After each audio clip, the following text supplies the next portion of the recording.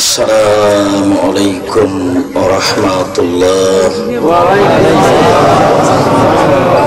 আলহামদুলিল্লাহ ওয়াহদা ওয়াসসালাতু ওয়াসসালামু আলা মান লা নাবিয়্যা বা'দা। আম্মা বা'দ। ফাআউযু বিল্লাহি মিনাশ শাইতানির রাজীম। ওয়াস্তাঈনু বিস-সাবরি ওয়াস-সালাহ। عن أبي هريرة رضي الله تعالى عنه قال قال رسول الله صلى الله عليه وسلم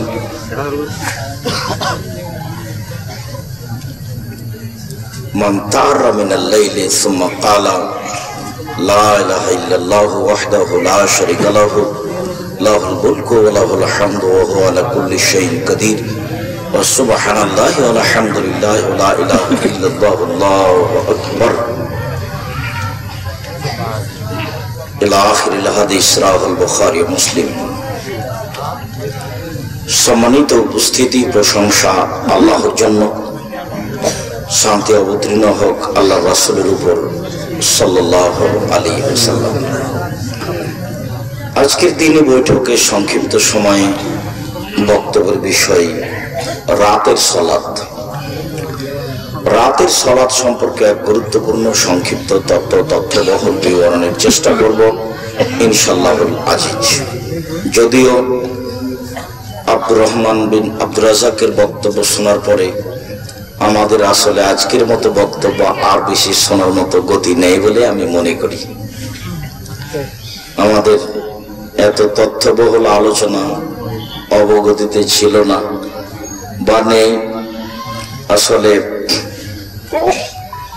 নিজের পরিচয় নিজে না জানলে ভুল হয়। নিজের পরিচয় না জানলে যে অবস্থাতে আমি আছি সেটা আমার ঠিক কি বেঠিক তা বোঝা যায় না। যার কারণে কোরআন মাজিদ বলতে ইতিহাসকে বোঝায়। কোরআন মাজিদ আমাদের উপরে অবতীর্ণ হয়ে আছে, তো পড়ে দেখছি যে হাবিল এবং কাবিলের কথা লেখা আছে। তো হাবিল আর কাবিল কতদিন আগেকার মানুষ?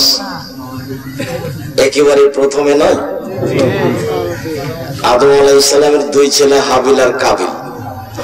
তা আমরা কোরআন মাজিদ পড়ছি হাজার হাজার বছর পরে, যেটা আমাদের উপরে অবতীর্ণ হয়েছে। হাবিল আর কাবিলের দ্বন্দ্ব, আর হাবিল কেমন নরম মানুষ ছিল আর কাবিল কেমন মানুষ ছিল সেটা দেখানো হলো। কখনকার আদ, সামদ, নমরুদ, ফেরাউন সেসব ইতিহাস কোরআন মাজিদে উল্লেখ করা হয়েছে। তার মানে আল্লাহ তাআলা বলতে চাচ্ছেন যে কিছু করতে হলে নিজের পরিচয় জানো, তাহলে তোমার করা সহজ হবে। নিজের পরিচয় জেনে কিছু না করলে আরেকজনের প্রতি জুলুম হবে। সম্মানিত দিনী ভাই বোন, যেসব মাধ্যম দিয়ে আল্লাহকে খুব বেশি সন্তুষ্ট করা যায়, যেসব মাধ্যম দিয়ে মুহাম্মদ সাল্লাল্লাহু আলাইহি সাল্লামের সাথে জান্নাতে থাকতে পাওয়া যায়, তার বড় মাধ্যম হচ্ছে রাতের সালাত। আপনাদের জানা আছে একজন সাহাবী সফরে আল্লাহর নবীর নিকটে নিয়ে গেলেন মেশক এবং পানি ওযু করার জন্য। নিয়ে যেতেই আল্লাহ রাসূল খুব খুশি হয়ে গেলেন। বাহ, ভালো কথা, সালমা শেতা, তুমি কি চাও? চাও তো, তুমি যা চাইবে সেটাই দিয়ে দেব।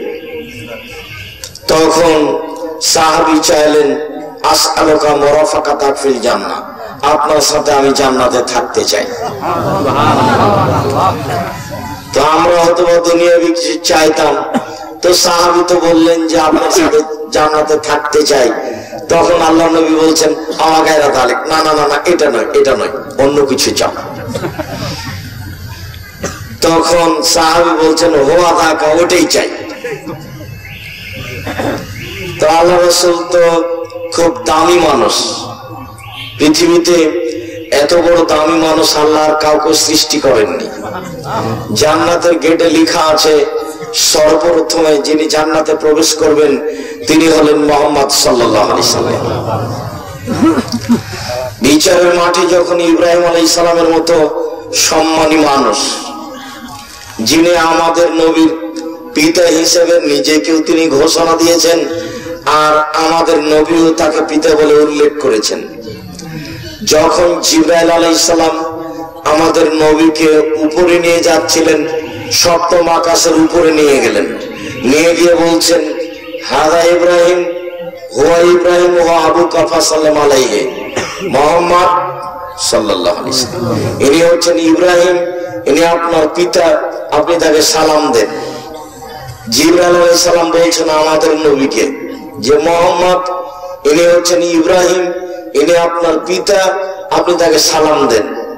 তাহলে আমাদের নবীর পিতা সম্মানী মানুষ হচ্ছেন ইব্রাহিম আলাইহিস সালাম। তিনি আগিয়ে গিয়ে বলছেন আসসালামু আলাইকুম ইয়া আবি, আব্বা আপনাকে সালাম। তখন ইব্রাহিম আলাইহিস সালাম বলছেন ওয়া আলাইকাস সালাম ইবনি সলিহ ওয়া নবিয়্যুস সলিহ, ও আমার সৎ সন্তান ও সৎ নবী, তোমাকেও সালাম। তো ইনি বলছেন আব্বা আপনাকে সালাম, তো বাবা বলছে বেটা তোমাকেও সালাম। তো ইব্রাহিম আলাইহিস সালাম কত সম্মানী মানুষ।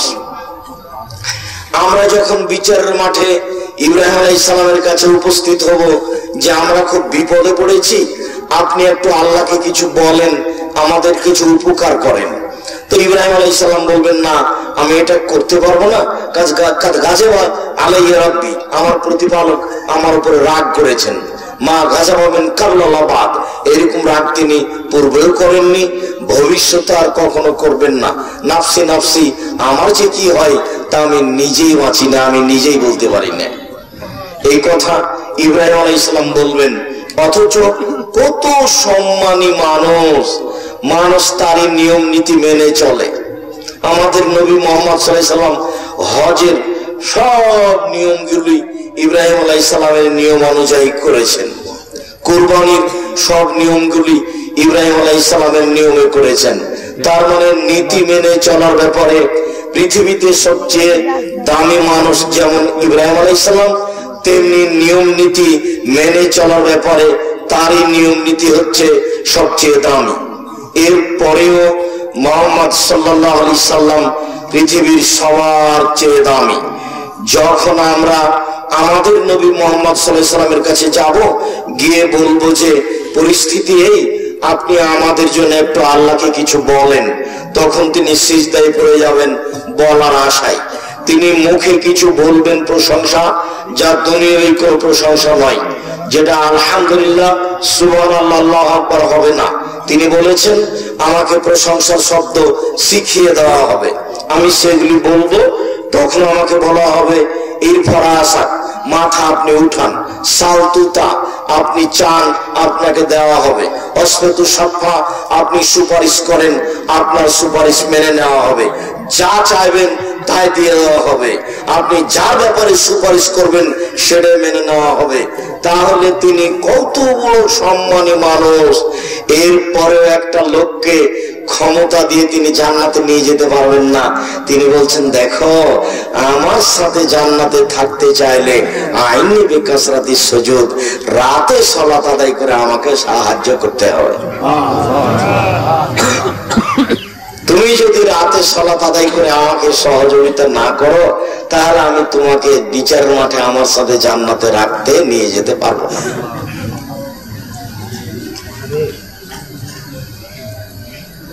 সালাতই এমন একটা জিনিস যা মানুষের জন্য ইহকালে এবং পরকালে শান্তির মাধ্যম। আল্লাহ তাআলা বলেন আস্তাঈনু বিস-সাবরি ওয়াস-সালাহ, তোমরা সালাত এবং ধৈর্যের মাধ্যমে আল্লাহর কাছে কিছু চাও, যার যা প্রয়োজন সে সেটা চাইবে, 2 রাকাত সালাত আদায় করে চাইবে। আর চাইলেই পাওয়া যাবে এই কথা নয়, একটু ধৈর্য ধারণ করতে হবে, 10 দিন পরেও হতে পারে। আবু হুরায়রা রাদিয়াল্লাহু তাআলা আনহু বলেন রাসূল সাল্লাল্লাহু আলাইহি ওয়াসাল্লাম বলেছেন লাইসা শাইউন আকরামু ইনদাল্লাহি মিনাদ দুআয়ে, চাওয়া কাজটা আল্লাহর কাছে যত প্রিয়, পৃথিবীর কোন কাজ আল্লাহর কাছে তত প্রিয় নয়। আপনি যদি একবার বলেন আল্লাহকে যে আমার একটা ভ্যানের ব্যবস্থা করে দেন, তাহলে খুব খুশি। আর যতক্ষণ পর্যন্ত আপনি চাইবেন না, ততক্ষণ পর্যন্ত তিনি আপনার উপরে অসন্তুষ্ট। রাসূল সাল্লাল্লাহু আলাইহি সাল্লাম বলেন, মাল্লাম ইয়াসআলিল্লাহ ইয়াগদাব আলাইহি, যে ব্যক্তি আল্লাহর কাছে চায় না, আল্লাহ তার উপরে অসন্তুষ্ট হন। আল্লাহর সাথে মানুষের স্বভাবের মিল নেই, মানুষের স্বভাবের সাথে আল্লাহর গতির বিপরীত গতি। আপনি যদি কালকে মানুষটার কাছে 5,000 টাকা চেয়েছিলেন, আজকে যদি আবার চাইতে যান, তাহলে ও বলবে টাকা কি আপনার জন্য বানায়? কালকে এসেছিলেন, আবার আজকে চাইতে এসেছেন কেন? আর আপনি যতবার বলবেন আল্লাহ আমাকে এটা দাও, ততবার খুশি, ততবার খুশি। এমন কোন দুনিয়াতে জিনিস নাই যেটা আল্লাহর কাছে প্রিয় চাওয়ার চেয়ে। হজ করা কাজটা আল্লাহর কাছে যত প্রিয়, তার কাছে চাওয়া কাজটা তার চেয়ে অনেক অনেক অনেক বেশি প্রিয়। রমজান মাসে সিয়াম পালন করা কাজটা তার কাছে যত প্রিয়, তার কাছে চাওয়া কাজটা তার চেয়ে অনেক অনেক অনেক বেশি প্রিয়।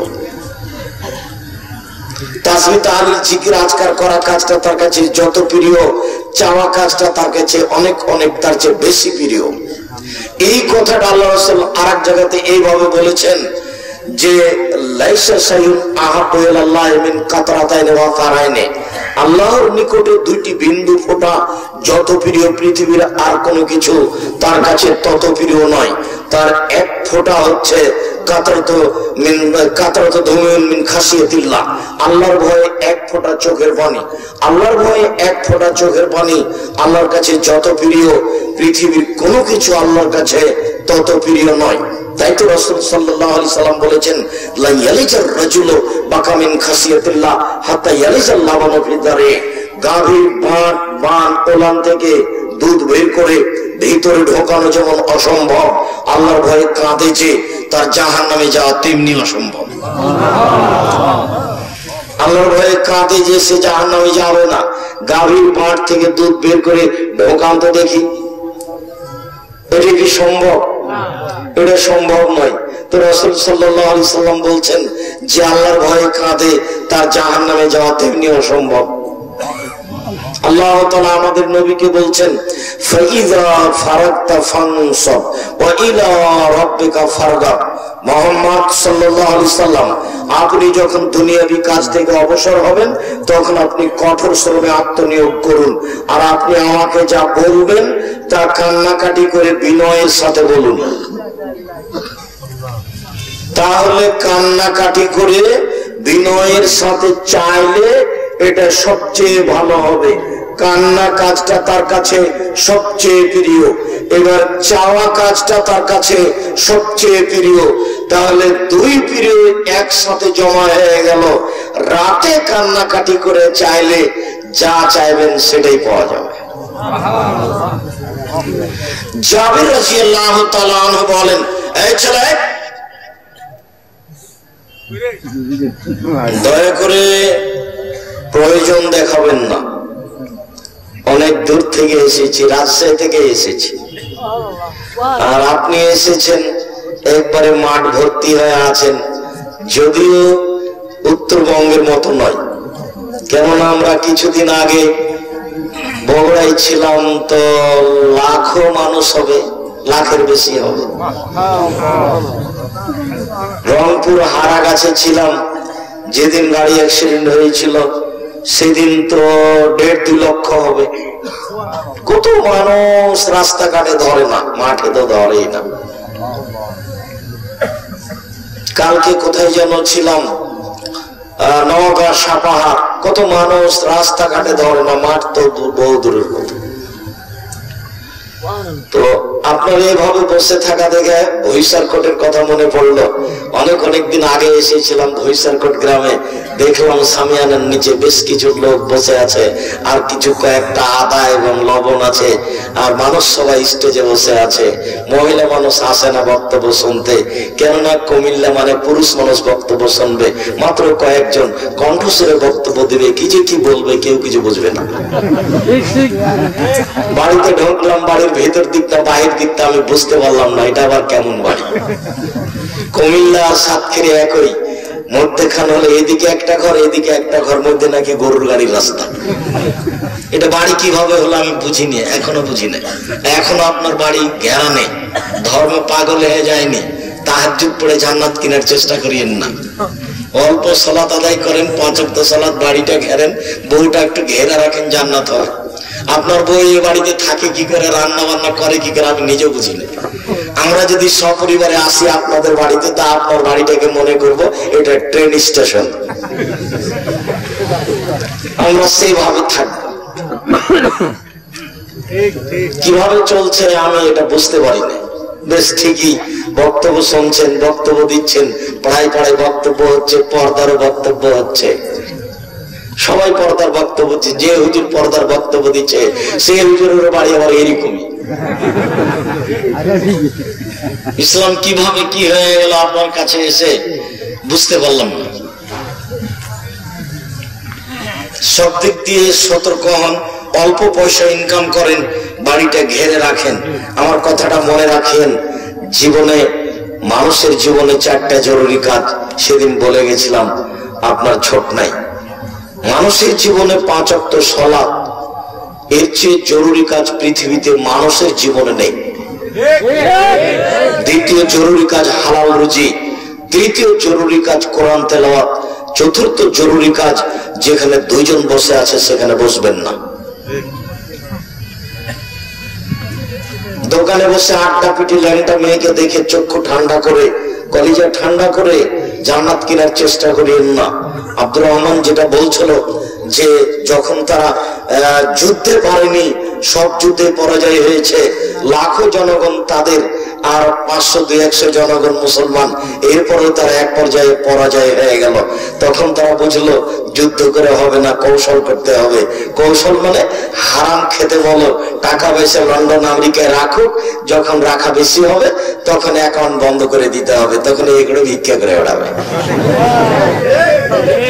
আর বেটি ছেলেকে মাঠে নামিয়ে দিতে হবে, 5000 টাকা বেতন দিয়ে গার্মেন্টসে সব নিয়ে যেতে হবে। কেমনে মুসলমান তার ইমানটিকে তা দেখা যাবে। তো যুদ্ধ করে মেরে কি হবে, এমন পথ ধরি যাতে করে আমার গোলাম হয়ে থাকে, আমারই কাজ করে, তো এমনিতে হয়ে গেল জয়। তো খাওয়া খাম মুখামুখি হয়ে জীবন দেব কেন? যা চেয়েছিল তাই করেছে। এদেশের কলেজ, বিশ্ববিদ্যালয়, অফিস আদালত, কোর্ট কাছারি, শিক্ষা প্রতিষ্ঠান, জেলখানা সব কিছু খ্রিস্টানের নীতিতে চলে। আপনার কোন নীতি নিয়ম নিজস্ব নেই। ওরা যেটা বলেছে সেটাই আপনার। ওর খাতা খান, ওর খাতা খান যেমন আপনার খাতা খান তেমন। ওর যেদিন যেদিন ছুটি আপনার সেদিন সেদিন ছুটি। ওর বিশ্ববিদ্যালয় কলেজের নাম, স্কুলের নাম যা দেখি আপনিও সাত করে সেই নামটা রেখেছেন। পায়খানার নাম রাখলেন কেন? আপনার কলেজের নাম, স্কুলের নাম, এটা কেন? ওর নামের সাথে আপনার সাথ কি? আল্লাহ রাসূল বলছেন যে খালিফুল ইয়াহুদ আল মুশরিকিন, তোমরা ইহুদি খ্রিস্টানদের বিরোধিতা করো। তার সবকিছু আপনাকে ভালো লাগে, তার ছবি ছাটা ভালো লাগে, তার চুল ছাটা ভালো লাগে, তার বেটি ছেলে যেভাবে চলে আপনার বেটি ছেলে সেভাবে চললে আপনাকে সেটা ভালো লাগে, ও গাড়ি খান যেভাবে করে সেভাবে আপনার গাড়ি হলে সেভাবে ভালো লাগে। তাই তো আপনার গাড়ির লোক ডান দিকে বসে আর গাড়িটা বাম দিকে যায়। সৌদি আরবে যান, গাড়ি ডান দিকে যাবে। এমন একটা কৃষ্টি কালচার নেই। ঘরে ওই কথা বললাম যে চাঁপাইনবাবগঞ্জে বিবাহের শুরু থেকে না শেষ পর্যন্ত 1 টাকাও জায়েজ নয়। ঠিক তেমনি এদেশের মাটিতে স্কুল, কলেজ, শিক্ষা প্রতিষ্ঠান, কোচকাটা, কোর্ট কাচারি, অফিস আদালত এক পাউরা সুরের নীতিতে নেই, সব ইহুদি খ্রিস্টানদের নীতিতে। 5 ওয়াক্ত সালাত আদায় করার পরে কখন কখনো বিকৃত হয়ে গেছে। ওরই মতো নাকি চুল ছাড়তে ভালো লাগবে, অবাক কথা। কখন কখন পশু হয়ে গেছে, কখন কখনো গরু ছাগল হয়ে গেছে। সম্মানিত দিনী ভাইরা, বসো, কিছুক্ষণ সময় অপেক্ষা করো। সম্মানিত দিনী ভাই বোন, আল্লাহ তাআলা বলেন ওয়াস্তাঈনু বিস-সাবরি ওয়াস-সালাহ, সালাতের মাধ্যমে আল্লাহর কাছে সাহায্য চাও। যারা বিপদে পড়েছে তারাই সালাতের মাধ্যমে সাহায্য চেয়েছে।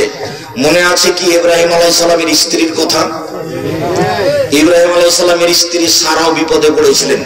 আপনি বিশ্বাস করেন, সারার সাথে যে অন্যায় করতে চাচ্ছে সে হলো দেশের সরকার, পুলিশ প্রশাসন তার হাতে, জনগণ তার হাতে, এবং সারা একজন মহিলা মানুষ, নির্জন ঘরে ঢুকেছে। সারা নিজেকে ক্ষমতা দেখে কৌশলে টিকে থাকার কোনো পথ নেই। যখন সে অন্যায় করতে চাইলো তখন সারা বললেন, থামেন, আগে ওযু হবে, 2 রাকাত সালাত হবে, তারপরে আপনার সাথে কথা।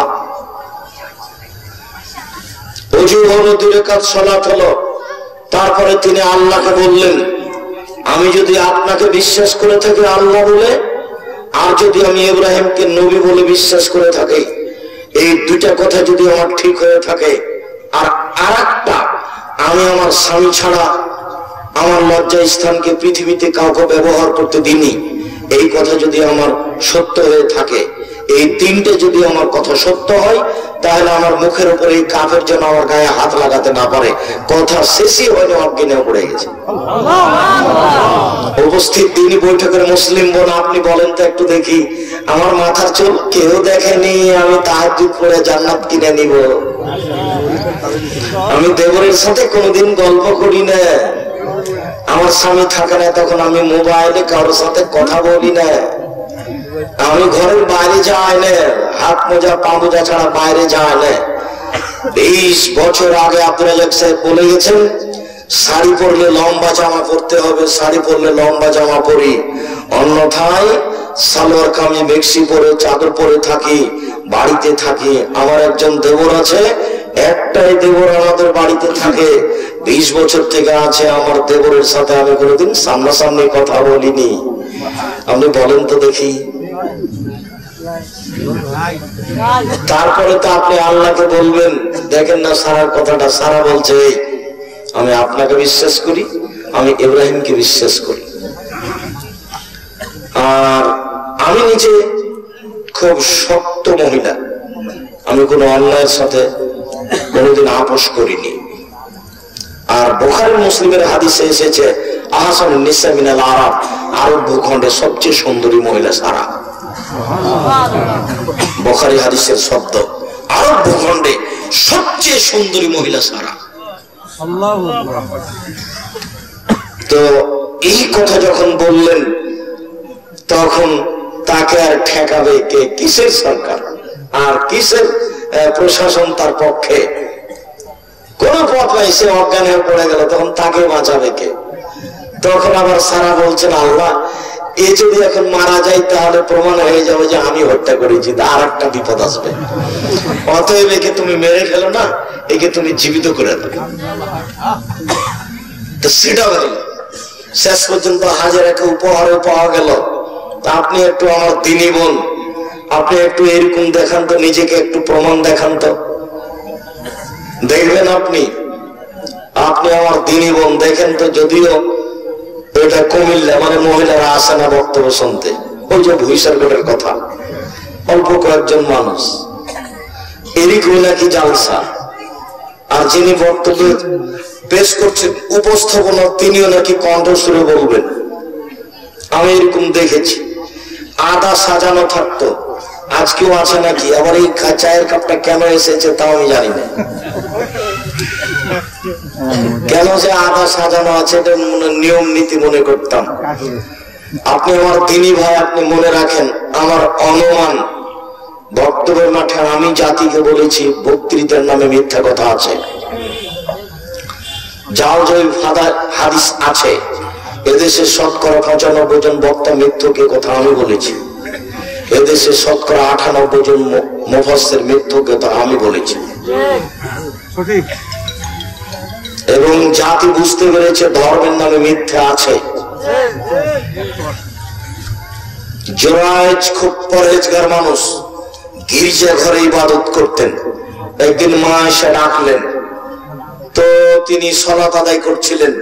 আমি এখন মায়ের ডাকে সাড়া দিব না সালাত আদায় করব, ভাবতে ভাবতে একটু দেরি হয়ে গেছে, তো মায়ের মন খারাপ হয়ে গেছে। তখন মা বলছেন, আল্লাহ তুমি তথা তুরি ওজুহাল মুমিসাত, আল্লাহ তুমি এর মরণ দিও না, যতক্ষণ পর্যন্ত পতিতালয়ের মহিলার সাথে এর মুখ দেখা না হবে ততক্ষণ পর্যন্ত এর মরণ দিও না। মা বদ্ধ করে চলে গেলেন। একজন হঠাৎ মহিলা এসে উপস্থিত হলো, তার সাথে জেনার প্রস্তাব পেশ করলো। সে অস্বীকার করলো, ছি ছি ছি, তুমি বলো কি? সে একজন রাখালের কাছে আসলো। রাখালকে সে চেপে ধরলো। গোলামান, ওর সাথে অন্যায় করার কারণে একটা সন্তান জন্ম নিল। সে বলে দিল হমিন জোড়ায় যে সন্তান জোড়ায় যে। জনগণ কাছে আসলো। জনগণ তার ঘর বাড়ি ভেঙে একবারে খান খান করে দিল। তাকে একবারে টেনে হেঁচে রাস্তায় নামিয়ে দিল। ও সব্বু জনগণ তাকে অকথ্য ভাষায় গালি দিল। বেটা, তুমি গির্জা ঘরে তাকে ইবাদত করো আর অশ্লীল কাজে লিপ্ত হও। মহিলা তো এই কথাই বলছে। এই সন্তান নাকি তোমার। জরায় উঠলো, উজু করলো, 2 রাকাত সালাত আদায় করলো, বললো আল্লাহকে, আল্লাহ তুমি ফায়সালা করে দাও। বাচ্চার কাছে গিয়ে বললো, বলো তো বাচ্চা তোমার বাপকে? তখন ছেলে বলছে, আমি আর রাই, আমার বাপ হচ্ছে রাখাল। জনগণ বললো, আপনি সৌমাতা কাবিদাম, শোনো, তোমার গির্জা ঘর স্বর্ণ দিয়ে বানিয়ে দেবো। মাটির বানানো ছিল। সে বলল, লা ইল্লা বিত্তুরাব, আমার গির্জা ঘর স্বর্ণ দিয়ে বানাতে হবে না, মাটি দিয়ে বানিয়ে দিতে হবে। যাহাই ছিল তাহাই করিতে হইবে। 2 রাকাত সালাত, রাতের সালাত। উমামা বাহিনী রাদিয়াল্লাহু তাআলা আনহু বলেন, রাসূল সাল্লাল্লাহু আলাইহি সাল্লাম বলেছেন, আলাইকুম বিকিয়ামিল লাইল ফাইন্নাহু দাবুস সালিহিন মান কানা ক্বাবলাকুম। পৃথিবীর মানুষ, তোমরা রাতে সালাত আদায় করতে শিখো। এটা হচ্ছে অতীতের পরহেজগার নবী রাসূলের কাজ। যারা পরহেজগার মানুষ ছিল তাদের ছিল এই কাজ। যারা নবী রাসূল ছিলেন তাদের ছিল এই কাজ। নবী রাসূলগণ দাউদ আলাইহিস সালাম নিজে রাতে উঠতেন এবং পরিবারকে জাগাতেন। রাসূল সাল্লাল্লাহু আলাইহি ওয়াসাল্লাম কতবার বলেছেন, পৃথিবীর মানুষ শুনে রেখো, কোন স্ত্রী, কোন স্বামী যদি রাতে উঠে তারপর তার স্বামীকে জাগায়, ফাসাল্লাইয়া জামিয়ান রাকাতাইনে, যদি 2 জন মিলে মাত্র 2 রাকাত সালাত আদায় করে একত্রিত হয়ে বা একা একাই, তাহলে কুতিবা ফি তাকিরিন ওয়া তাকিরাত, তাহলে তাদেরকে ওই তালিকায় করে দেওয়া হবে। তাদের নাম ওই তালিকায় চলে আসবে যারা পৃথিবীতে পরহেজগার মানুষ, যারা রাতে তাহাজ্জুদ পড়ে। আপনি উঠে সুন্দর করে উঁচু করে 2 রাকাত সালাত আদায় করলেন, তখন আপনি পরহেজগার মানুষের তালিকায় চলে গেলেন। তখন আপনি অতীতের সলে নবী রাসূলের মানুষের তালিকায় চলে গেলেন। আপনি ভালো মানুষ। আমি এই কথা বলিনি, এই কথা মুহাম্মদ সাল্লাল্লাহু আলাইহি সাল্লাম বলেন। তিনি বলেন, পৃথিবীর মানুষ শুনে রেখো, তোমরা রাতে সালাত আদায় করতে অভ্যাসী হও।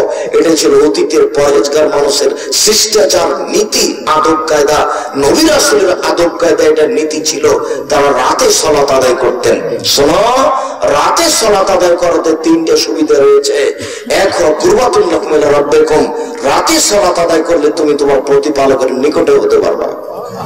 কাছে হয়ে গেছো, যেটা বলবো সেটাই শুনবে, যেটা বলবো সেটাই শুনবে। তুমি এখন কাছে হয়ে গেছো। 2 মুকাফফারাতুল লিসায়া, মুকাফফারাতুস সায়া, ও তো পাপ মিটে যাবে। 3 মানহাতুল ইসমে, তখন পাপ থেকে দূরে থেকে যাওয়া। 1 আল্লাহর নিকটে হওয়া যাবে, 2 পাপ মিটে যাবে, 3 পাপ দূরে হয়ে যাবে। পাপ আপনার কাছে থাকবে না যদি আপনি রাতে অভ্যাসী হন। আবু হুরায়রা রাদিয়াল্লাহু তাআলা আনহু বলেন, রাসূল সাল্লাল্লাহু আলাইহি সাল্লাম বলেছেন, ইন্নাশ শাইতানা ইয়াকিদু আলা রাসি কাফিয়াতি আহাদিকুম ইযা হুয়া নামা। যখনই তোমাদের কোন ব্যক্তি রাতে ঘুমায়, তখন শয়তান তার মাথাতে 3টে গিরা লাগায়। চুল থাকলেও গিরা লাগাতে পারবে, না থাকলেও গিরা লাগাতে পারবে। 3টে গিরা লাগাই, ওয়া ইয়াজরিবু আলাইহা, ওই গিরার উপরে এভাবে থাবা মারে। থাবা মারে বলে যে ফারকুদ লাইলান তাবিল, ঘুমিয়ে থাকো রাত লম্বা, ঘুমিয়ে থাকো রাত লম্বা, ঘুমিয়ে থাকো রাত লম্বা। সুমা বালা ফিউজনি, তারপর এক পর্যায়ে তার মুখে তার কানে পেশাব করে দেয়। যে ঘুমিয়ে যায়, উঠে না, তখন ওর মুখে আর কানে পেশাব করে দেয় শয়তান। সকালে দেখবেন যে খাবিসার নাফসে কাসলানা, একবারে মুখখান ভ্যাংচা হয়ে কেমন লাগছে দেখে উঠেছে, একটা আপনার ওই ব্রাশ আর পেস্ট নিয়ে ঘুরে বেড়াচ্ছে সকাল 8টা-9টার দিকে। হলো পশু প্রাণীর মতো জীবন কাটা। ওদের রাত 2টায় ঘুমিয়েছে। ছেড়াই সেদিন তোমাকে আমি ছোট নয় বলে যাইনি যে চাঁপাইয়ের ভবন যে একটা ভাষা আছে, বক্তব্যের মাঠে বলেছিলাম বিবাহের ব্যাপারে, যে ছেলের সাথে মেয়েরা যায় বরের সাথে, ওকে চাঁপাইয়ের ভাষাতে ডুলি বিবি বলে।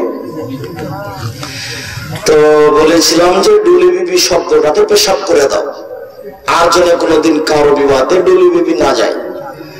তো সেদিন তোমাকে বলেছিলাম যে তুমি বড় মোবাইলে পেশাব করে দাও, যে মোবাইলে ল্যাংটা মেয়ে নাচে, ওই মোবাইল যেন তোমার কাছে আর না থাকে।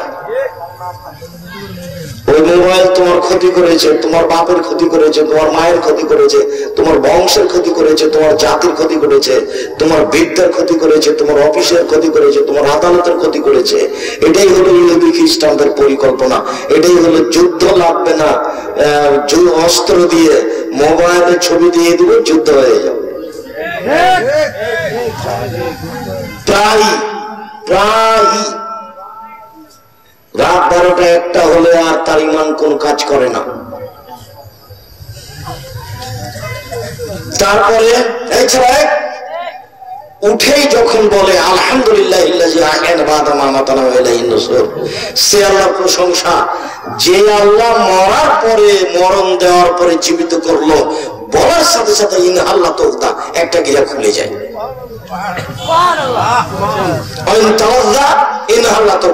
যখন অজু করে তখন আরেকটা গিরা খুলে যায়। যখন 2 রাকাত সালাত আদায় করে তখন আরেকটা গিরা খুলে যায়। এবার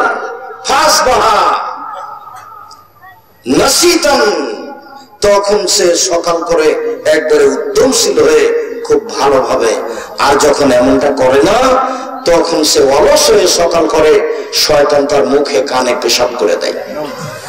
হাদিস তো বুখারী মুসলিম। সম্মানিত দিনী ভাই বোন, আল্লাহর কাছে কিছু চাইতে হলে, আল্লাহর কাছে কিছু পেতে হলে, ইহকালের সুবিধা ভোগ করতে হলে, পরকালের সুবিধা ভোগ করতে হলে রাতে উঠেই তাকে কিছু বলতে হবে। জাবের রাদিয়াল্লাহু তাআলা আনহু বলেন, রাসূল সাল্লাল্লাহু আলাইহি সাল্লাম বলেছেন, ইন্না ফিল্লাহি লাসা, নিশ্চয় রাতে একটা সময় রয়েছে, লা ইউফিকাহা রাজুলুন মুসলিম, যে কোনো মুসলিম পুরুষ, যে কোনো মুসলিম নারী সেই সময়টাতে উঠে ফায়াসআলুল্লাহ খায়রান মিন আমরি দুনিয়া ওয়াল আখিরাহ, ইহকাল বা পরকালের কল্যাণ চাই, ইহকালের পরকালের কল্যাণ চাই, ইল্লা আতাহু ইয়াহু, তাহলে আল্লাহ তাকে দিবেনি, দিবে। ওই সময়ও চাইলে যা চাচ্ছে কল্যাণ ইহকালের পরকালের আল্লাহ তাকে দিবেন। এই কথা মুহাম্মদ সাল্লাল্লাহু আলাইহি সাল্লাম বলেন। সময়টা কখন হতে পারে একাধিক হাদিস দ্বারা বোঝা যাচ্ছে, তা হবে রাত 12টার পরে। কেননা রাত 12টা পার হলেই আকাশের সব দরজা খুলে দেওয়া হয়। ঠিক যখন দিন দুপুর পার হয়, 12টা 5-10 হয়েছে, তখন আকাশের সব দরজা খুলে দেওয়া হয়। আপনি তাড়াহুড়া করে সুন্দর করে ওযু করে 4 রাকাত সালাত আদায় করে নেবেন, ঠিক 12টার সময় 12টা 5-10-এ। এই সুন্নাতটা কিন্তু জোহরের সুন্নাত নয়। এই 4 রাকাত সালাত আদায় করে নেবেন, রাতে রাত ধরে তাহাজ্জুদ পড়ে যে নেকি হতো সে নেকি হয়ে যাবে। আর এখন যেটা চাইবেন সেটা দিয়ে দেওয়া হবে, যেটা চাইবেন সেটা দিয়ে দেওয়া হবে। কেন? এখন আকাশের সব দরজা খুলে দেওয়া হয়েছে। রাসূল সাল্লাল্লাহু আলাইহি সাল্লাম বলেছেন, ইযা উযিনাত ফুতিহাত, ইযা উযিনানিস সালাত ফুতিহাত আবওয়াবুস সামায়ে, যখনই আযান দেওয়া হয় সালাতের জন্য তখন আকাশের সব দরজা খুলে দেওয়া হয়। আযান ইকামতের মাঝে দোয়া ফেরত দেওয়া হয় না, আযান ইকামতের মাঝে দোয়া ফেরত দেওয়া হয় না, আযান ইকামতের মাঝে দোয়া ফেরত দেওয়া হয় না। আজানের সাথে সাথে সব দরজা খুলে দেওয়া হয়েছে। ওইটা চিন্তা করবেন না আব্দুল রাজাক সাহেব, আর হাদিসেরা তো আজান দেয় 3:30টায়, আর এক ভাইয়েরা আজান দেয় 5টায়, তো দরজা খোলা হয় কখন? আপনার যখন আজান দেওয়া হয় তখন, ওই ভাইয়ের যখন আজান দেওয়া হয় তখন। আপনি আল্লাহর কাজকে নিজের মতো ভাবতে গেলেন কেন? আল্লাহর কাজকে আপনি নিজের মতো ভাবলে তো তাহলে ভুল বুঝলেন। আল্লাহ নবী বলছেন যে মালাকুল মউত মানুষের মাথার পাশে বসে তার আত্মাকে টেনে বের করে, খারাপ হলে জোর করে বের করে, আর ভালো হলে এমনি সহজেই বের হয়ে চলে আসে। তো জিবরাইল আলাইহিস সালাম প্রত্যেকটা মালাকুল মউত প্রত্যেকটা মানুষের পাশে বসে আত্মা কবজ করেন, তাহলে কত সময় লাগতে পারে? 5,000 মানুষের, 50,000 মানুষের, 50 লক্ষ মানুষের, তাহলে তো বহু সময় লাগবে। তাহলে তো এটা আপনি নিজের মতো ভেবে নিলেন। আল্লাহ যদি মালাকুল মউতকে বলেন, মালাকুল মউত সারা পৃথিবীতে যত মানুষ আছে এক মুহূর্তে মারতে হবে, সবার মাথার পাশে বসে মারতে পারবেন, তার নাম মালাকুল মউত, তার নাম আল্লাহর ক্ষমতা। আল্লাহকে মানুষকে দিয়ে কাজ নেই না, ফেরেশতাকে দিয়ে কাজ নেই। ফেরেশতা দিয়ে, ফেরেশতা খায় না, ওর পেশাব নাই, ওর পায়খানা নাই, ওর ক্লান্তি নাই, তার কর্ম আপনার মতো নয়, কোনোদিন ও আদেশ অমান্য করে না, তার নাম ফেরেশতা।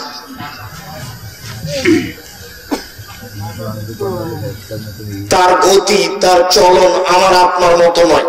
কবরের ব্যক্তি যদি উত্তর দিতে না পারে, কবরের ব্যক্তি যদি উত্তর দিতে না পারে তাহলে তাকে মারে। আল্লাহ রাসূল বলছেন ইয়াজরিবু জারবাতান, এমন মার দেয়, মায়ের কারণে এসি হোসায় হাতান, সে বাপরে মারে করে চিৎকার করে, ইসমু মা বাইনাল মাশরিক ওয়াল মাগরিব ইল্লা সাকালান, সারা পৃথিবীর জীবজন্তু কীট পতঙ্গ পদার্থ জড় পদার্থ সব তার বাপরে মারে করে চিৎকার শুনতে পাচ্ছে, মানুষ এবং জিন শুনতে পায় না। এখানে চিৎকার করছে এই কবরে মায়ের কারণে, 50,000 কোটি কিলোমিটার দূরে যে পশু প্রাণী আছে সে শুনতে পাচ্ছে তার চিৎকার। আপনাকে আমি বুঝাতে পারবো কত জোরে মারছে, আমারও শুনতে পায় না, কান বধির, চোখে দেখে না কোথায় মারছে, কানেও শুনে না কিভাবে চিল্লাচ্ছে। এ কথা মুহাম্মদ সাল্লাল্লাহু আলাইহি ওয়াসাল্লাম বলেন।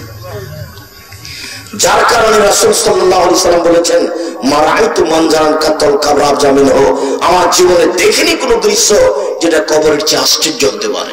এটা আল্লাহর কাজ, এটা ফেরেশতা দিয়ে তিনি করেন। আপনি আল্লাহর কাজকে নিজের মতো কখনো ভাববেন না। সময়টা রাত 12টার পরে হতে পারে, তবে ওই হাদিসের ভিত্তিতে, বুখারী মুসলিমের এক হাদিসের ভিত্তিতে, ইয়ানজুলু রাব্বুনা তাআলা ইলা সামাইদ দুনিয়া হিনা ইয়াবকা রাসূলুল্লাহিল আখিরা, রাতের 3 ভাগের 2 ভাগ তখন পার হয়ে যায়, 1 ভাগ বাকি থাকে, তখন আল্লাহ তাআলা সপ্তম আকাশ থেকে প্রথম আকাশে নেমে আসেন, নেমে এসে চিৎকার করে বলেন মায়া ধুনি ফাস্তাজিবা লাহু, হে পৃথিবীর মানুষ কে আছো, কে আমাকে ডাকে, আমি তার ডাকে সাড়া দিব। মায়া সরণে ফাউতিয়াহু, কে আমার কাছে কিছু চাই, যে যা চায় তাকে আমি তাই দিয়ে দেবো। মায়াস্তাগফিরুনি ফাগফিরা লাহু, কে আমার কাছে ক্ষমা ভিক্ষা চাই, আমি তাকে ক্ষমা করে দেব। তাহলে এইটা রাত 2টার পরে হতে পারে, আর এটা 3টার পরে হতে পারে। তবে আয়েশা রাদিয়াল্লাহু তাআলা ওই হাদিসে বোঝা যাচ্ছে, আয়েশা রাদিয়াল্লাহু তাআলা বলেন কানা নবী সাল্লাল্লাহু আলাইহি ওয়াসাল্লাম ইসাল্লি মিন বাইনা ইয়াতরুমিন সালাতিল ইশা ওয়াল ফজর 11 রাকাত। আল্লাহর নবী ইশার সালাতের পর থেকে নিয়ে ফজরের সালাত পর্যন্ত 11 রাকাত সালাত আদায় করতেন, 11 রাকাত। ইসাল্লামু মিন কুল্লি রাকাতাইনে, প্রত্যেক 2 রাকাতের পরে সালাম ফিরতেন। তবে তার সালাতটা শুরু হতো এশার পর থেকে নিয়ে ফজর পর্যন্ত সময়ে, কোনদিন 1টার পরে, 2টার পরে, 3টার পরে, কোনদিন 12টার পরে। তবে তাহাজ্জুদের সালাত আদায় করা যাবে এশার পর থেকে নিয়ে ফজর পর্যন্ত, যার কারণে তারাবির সালাত এশার সালাতের পরেই চলবে। তবে তারাবির সালাত উত্তম হবে রাত 12টা, 1টা, 2টার পরে পড়া, কিন্তু জায়েজ এশার সালাতের পরেও পড়া। কেন?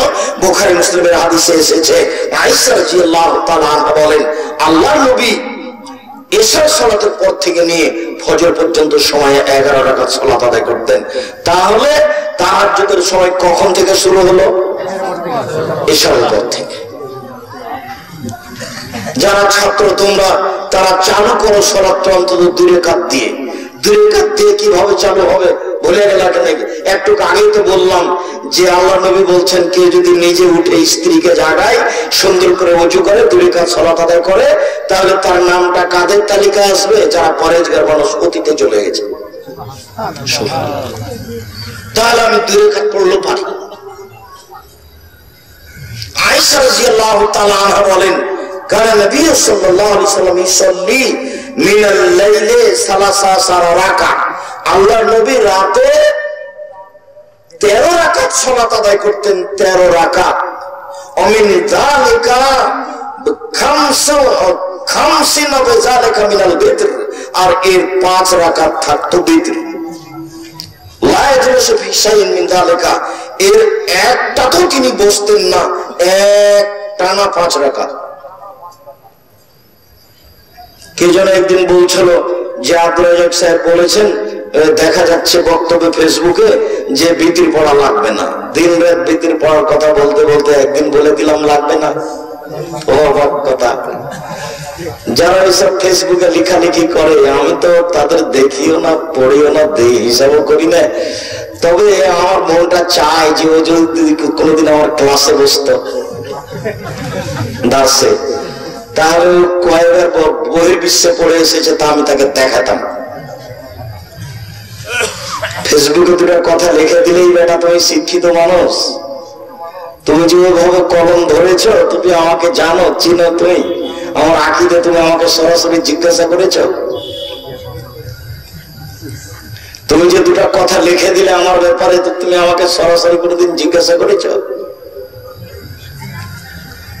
তুমি জাতির সামনে কিছু বলো, তুমি যে ফেসবুকে লিখেছো কিছু বুঝো? তুমি তোমার জ্ঞান কিছু আছে? পশু প্রাণীর পরিচয় দিয়ে কলম ধরো কেন? আমি তো বলছি 90 সাল থেকে এখন পর্যন্ত আমি অপ্রয়োজনীয় বাক্য বলিনি। তুমি বলো কি? তা তোমার কয়টা হাদিস মুখস্থ আছে? তুমি একদিন হাদিস শোনায় তো আমাদেরকে। এছাড়াই তুমি ফেসবুকে লিখেছো, তুমি একদিন আমাদের বক্তব্য শোনায় তো। 40টা হাদিস শোনায় তুমি এক বক্তব্য। তোমার মরা পর্যন্ত সময় থাকলো, জাতি থাকলো, আমি চলে গেলে।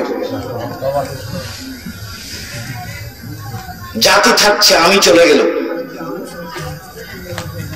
আমি 90 সাল থেকে এখন পর্যন্ত কোনোদিন কিসসা কাহিনী বলিনি।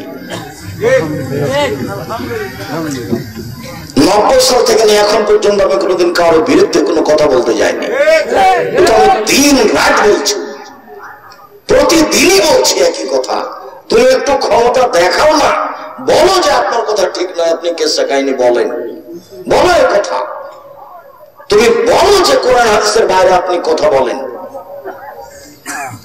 তুমি বলো না, তোমার নেতাকে দিয়ে বলো, তোমার নেতা কয়টা হাদিস বলে মানুষের সামনে, সেটাই শুনি। সম্মানিত দিনী ভাই বোন, যেটা আপনাকে আমি বলছিলাম অতীব গুরুত্বপূর্ণ বিষয় আপনার জন্য। আপনি রাতটাকে এভাবে ধ্বংস করিয়েন না। এই যে সেদিন ছিল বয়স 40 বছর, এখন দেখছেন 60 বছর। সেদিন ছিল আপনার দাড়িগুলো কালো, এই যে দেখলাম সেদিনে আপনি আমার সাথে মুসাফা করছিলেন, আজকে দেখছেন আপনার বাপ মা নেই, আপনার দাড়িগুলো সাদা হয়ে গেছে। কয়দিনের জীবনে আপনি এটা কি করতে চাচ্ছেন? সম্মানিত দিনী ভাই বোন, আমি আপনাকে কিছু রাতের নিয়ম পদ্ধতি শিখাই। এমনিতে এখানে বললাম যে আল্লাহ রাসূল বলেছেন যে রাতে একটা অংশ আছে, ওই সময় যদি কেউ কিছু চায়, যা চাইবে তাই দিয়ে দেওয়া হবে। তবে এখানে আর একটা পদ্ধতি বলা আছে যে রাতে ওযু করে শুইতে হবে। বুঝাতে পারলাম না মনে হয়? রাতে যখন ঘুমাতে যাবেন তখন ওযু করে ঘুমাতে হবে। আর রাত 10টা পার হওয়া হবে না। ছেলে মেয়ের গল্প গুজব, টিভি, সিনেমা, মোবাইল সবকিছু বন্ধ হয়ে যাবে রাত 10টায়। তাহলে আপনি রাত 2টা, 3টায়, 4টায় উঠতে পারবেন। আর যদি রাত 12টায়, 1টা, 2টায় ঘুমান, তাহলে আপনার সকাল 7টা, 8টা বাজবে। তখন আপনি রাতকে মূল্যায়ন করতে পারবেন না। আর আপনি এই কথা মনে করিয়েন না যে আমি রাতে জেগে আল্লাহকে কিছু বলি না, সেই জন্য সারা পৃথিবীর কেউ বলে, এটা আপনি বলিয়েন না। আল্লাহ বলছেন পৃথিবীতে হাজারো মানুষ আল্লাহর ভয়ে কেঁদে মাটিতে লুটিয়ে পড়ে, তাদের কান্নার শব্দ তাদের ভীতিকে আরো বেশি করে দেয়। তাহলে আপনি মনে করছেন যে আমি রাতে উঠে কান্নাকাটি করি না, সেজন্য কেউ করে না? হাজারো মানুষ করে, হাজারো মানুষ আল্লাহর কাছে প্রার্থনা করে, আর আল্লাহর কাছে চাইলে তিনি খুশি হন। যার কারণে হাত তুলে চাইলে আরো খুশি হন, খালি হাত খান ফিরিয়ে দিতে লজ্জা পান। আল্লাহ রাসূল বলছেন, ইন্না রাব্বাকুম হাইয়ুন কারীম, তোমাদের প্রতিপালক হচ্ছেন লজ্জাশীল। ইয়াস্তাহি মিন আবদিহি, তার বান্দার ব্যাপারে সে লজ্জা করে। এই যে রাফায়াদাইহি আয়াত ইলাইহি সিফরান, যখন হাত তুলে তার কাছে বলে, তখন খালি হাতটা তাকে ফিরিয়ে দিবেন, আল্লাহ লজ্জা পান। বড় লজ্জা না, তুমি যেটা চেয়েছো আমি দিয়ে দিলাম, যেহেতু তুমি হাত তুলে বলছো। পাঁচ ওয়াক্ত সালাতের পরে সবাই মিলে হাত তুলে দোয়া চলবে না, এই কথার অর্থ এই নয় যে হাত তুলেই চলবে না। হাত তুলেই প্রার্থনা করবেন, রাতে করবেন, অভ্যাসী হন। আমার অনুরোধ, আপনি আমার দিনী ভাই, আপনাকে আমি অনেক ভালোবাসি, আপনি আমার দিনী বোন, আপনি একটু অভ্যাসী হন, রাতে উঠে একটু সালাত আদায় করতে শিখেন, অনেক কিছু পেয়ে যাবেন, বরকত পাবেন, সুবিধা পাবেন, কল্যাণ পাবেন, শান্তি পাবেন, জান্নাত পাওয়া যাবে, কবরের শাস্তি মাফ হয়ে যাবে। আর রাতের শোয়ার সময়তে সূরা মুলক পড়বেন। মনে আছে কি? কবরের শাস্তি হবে না 4টা কাজে। কে কথা বলে পিছনে? এক, রাতে সূরা মুলক পড়ে ঘুমালে কবরের শাস্তি হবে না। বুঝানো গেল না? কোন সূরা বললাম? সূরা মুলক 30 আয়াতে। যদি মুখস্থ করতে না পারেন তাহলে দেখে দেখে পড়বেন। 2, জুমার দিন মারা গেলে কবরের শাস্তি হবে না। 3, শহীদ হয়ে গেলে কবরের শাস্তি হবে না। 4, পেট ব্যথায় মারা গেলে কবরের শাস্তি হবে না। তাহলে 4টা হলো আমার জন্য, একটাই সহজ, বাকিগুলো সহজ নয়। কোনটা সহজ? পেট ব্যথা সহজ হচ্ছে না? পেট ব্যথাটা সহজ বললে হবে?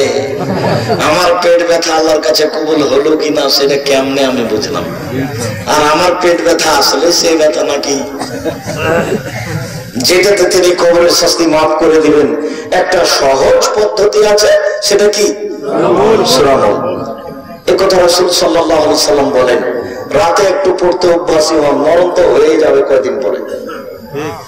কত আপনাকে আমি পরিবর্তনের জন্য চেষ্টা করলাম, অনুরোধ করলাম, কিন্তু আপনি শোনা পর্যন্ত রাখলেন। এ কথাই ঠিক, আপনার অনেক ভালোবাসা, তাই দূর দূরান্ত থেকে চলে এসেছেন, আপনি ভালোবাসেন, এ কথা ঠিক, কিন্তু ভালোবাসার বাস্তব ফলটা কি? উবাদা ইবনে সামিত রাদিয়াল্লাহু তাআলা আনহু বলেন, রাসূল সাল্লাল্লাহু আলাইহি ওয়াসাল্লাম বলেছেন, মান তারা মিনাল লাইলে, কেউ যদি রাতে উঠে, উঠার পরে বলে লা ইলাহা ইল্লাল্লাহু ওয়াহদাহু লা শারীকা লাহু লাহুল মুলকু ওয়া লাহুল হামদু ওয়া হুয়া আলা কুল্লি শাইইন কাদির ওয়া সুবহানাল্লাহি ওয়া হামদুলিল্লাহি ওয়া লা ইলাহা ইল্লাল্লাহু আল্লাহু আকবার ওয়া লা হাওলা ওয়া লা কুওয়াতা ইল্লা বিল্লাহ রব্বিগফিরলি, এইটুকু বলার পরে ওযু করে যদি সালাত আদায় করে, তারপরে যা বলবে সেটা মেনে নেওয়া হবে, যা বলবে সেটা মেনে নেওয়া হবে, যা চাইবে সেটা দিয়ে দেওয়া হবে। বুখারী মুসলিম। দোয়া কি লম্বা হয়ে গেল? এই দেশে একটা বই পাওয়া যায়, আনি রাসূল সাল্লাল্লাহু আলাইহি ওয়াসাল্লাম দোয়া অধ্যায়, নাম শুনেননি মনে হয়? প্রত্যেকটা বাড়িতে রাখবেন, আমাকে ফাঁকি দিয়ে কোনো লাভ নেই। আমি যা চেষ্টা করার করেছি। এই দোয়া উপদেশ বইয়ে আছে, এই দোয়া কে বড় লাভবান বইয়ে আছে। বইগুলো সংগ্রহ করবেন, মাসিক আল ইতিসাম পত্রিকা পড়েন, এটা মুখপাত্র পত্রিকা, সবাইকে পড়তে হবে, জরুরি। সাথে সাথে সামনের কালকে জুমা, তো পরের জুমায় সম্মেলন কোথায়?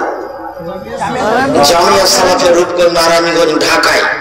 আমি আপনার ভালোবাসা সেদিন দেখতে চাই, আপনি কেমন ভালোবাসেন সেদিন। বড় বড় কয়েকটা কাজ আছে, তার একটা কাজ আছে ইনশাআল্লাহ, সেদিন 200 শতক জমির উপরে বাইতুল হাম জামে মসজিদ তৈরি হবে ইনশাআল্লাহ, যার একতলাতে 10,000 মানুষ সালাত আদায় করতে পারবে, সেই মসজিদের উদ্বোধন হবে।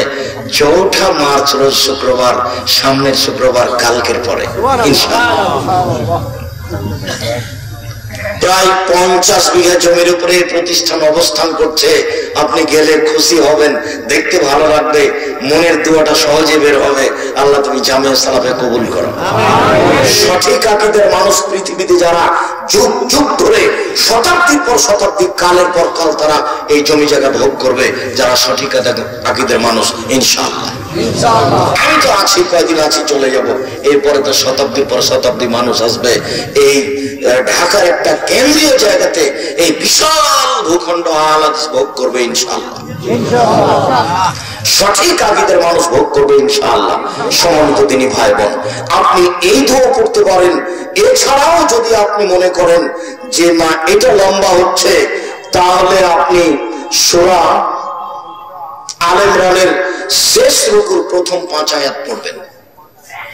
সূরা আলে ইমরানের শেষ রুকুর প্রথম 5 আয়াত, ইন্না ফি খালকিস সামাওয়াতি ওয়াল আরদ, শেষ পর্যন্ত প্রথম 5 আয়াত। আর যদি আপনি বড় করতে পারেন সেটাও করতে পারেন। আপনি ঘুম থেকে উঠে যে লম্বা দোয়া আছে সেটা পড়বেন। সম্মানিত দিনী ভাই বোন, আমি আপনাকে আজকে রাত অনেক হয়েছে, এই ছেলে থামো, আমি দোয়া পড়ি তারপরে। আজকে আমরা আব্দুল রহমানের বক্তব্য শুনেই অনেক সন্তুষ্ট হয়েছি। সেই ইতিহাস আমরা মনে রাখি এবং সেই অনুযায়ী নিজের পরিচয় দেওয়ার চেষ্টা করি। আমি আপনাকে আজকে লম্বা আলোচনা না শুনিয়ে শুধুমাত্র বলতে চাচ্ছি যে 5 ওয়াক্ত সালাত আদায় করেন, আর রাতে অন্তত 2 রাকাত সালাত আদায় করে আপনার ইবাদতটা চালু করেন ইনশাআল্লাহ। ইনশাআল্লাহ। কেন? আবু হুরায়রা রাদিয়াল্লাহু তাআলা আনহু বলেন, রাসূল সাল্লাল্লাহু আলাইহি সাল্লাম বলেছেন, ইন্নাদ দীনা ইসরুন, দিন হচ্ছে সহজ। লা ইউশাদ্দিদু দীনা আহাদুন ইল্লা গালাবাহু, কেউ যেন দিনকে নিজের উপরে কঠিন করে না নেয়, নইলে দিন তার উপরে জয়ী হয়ে যাবে। তার মানে আবেগে একদিনে যেন সূরা বাকারা, আলে ইমরান পড়া শুরু না করে, তাহলে সে টিকতে পারবে না। অল্প অল্প শুরু করবে। তাই রাসূল বলছেন, আহাবুল আমাল ইলাল্লাহ আদওয়ান কাল্লাহ, আল্লাহর নিকটে সবচেয়ে প্রিয় আমল হচ্ছে যে অল্প হোক নিয়মিত হবে, অল্প হোক নিয়মিত হবে। আপনি নিয়মিত আমল করার চেষ্টা করবেন। রাসূল সাল্লাল্লাহু আলাইহি সাল্লাম বলছেন, ফাসাদদু, মধ্যম পন্থায় ইবাদত করো, ওয়াকারিবু, পরিমিত ইবাদত করো, ওয়াবশিরু, পরস্পরে সুসংবাদ দেওয়া ইবাদতের ব্যাপারে। তারপরে রাসূল সাল্লাল্লাহু আলাইহি ওয়াসাল্লাম বলছেন, ওয়াস্তাইনু, রাতে তোমরা আল্লাহর কাছে সাহায্য চাও, সকালে ও সন্ধ্যায় আল্লাহর কাছে সাহায্য চাও, আল্লাহ তোমাদের কবুল করবেন ইনশাআল্লাহ। সম্মানিত দিনী ভাই বোন, আমি আপনাদেরকে আজকে যে সব বই পুস্তকগুলো নিয়ে এসেছে, কেবল লাভবান, কেবল ক্ষতিগ্রস্ত, বিশেষভাবে পোশাক নতুন বইটি, বিশেষভাবে সালাতের পর বইটি, দোয়ার বইটি, এইগুলি নেওয়ার অনুরোধ জানিয়ে, রাতের সালাত আদায় করার অনুরোধ জানিয়ে, বাইতুল হাম জামে মসজিদে উদ্বোধনীতে উপস্থিত হওয়ার অনুরোধ জানিয়ে আলোচনা শেষ করছি। সামনের বৃহস্পতিবার, শুক্রবার, আজকে বৃহস্পতিবার গেল, কালকে শুক্রবার আসছে, এরপরে বৃহস্পতিবার, শুক্রবার আপনারা সবাই উপস্থিত হবেন সম্মেলনে। সম্মেলনকে সফল করার চেষ্টা করবেন। সম্মানিত দিনী ভাই বোন, ওই পুস্তক কোথায় আছে আমি তা জানি না। ও বাম দিকে আছে, এখানে স্টেজে।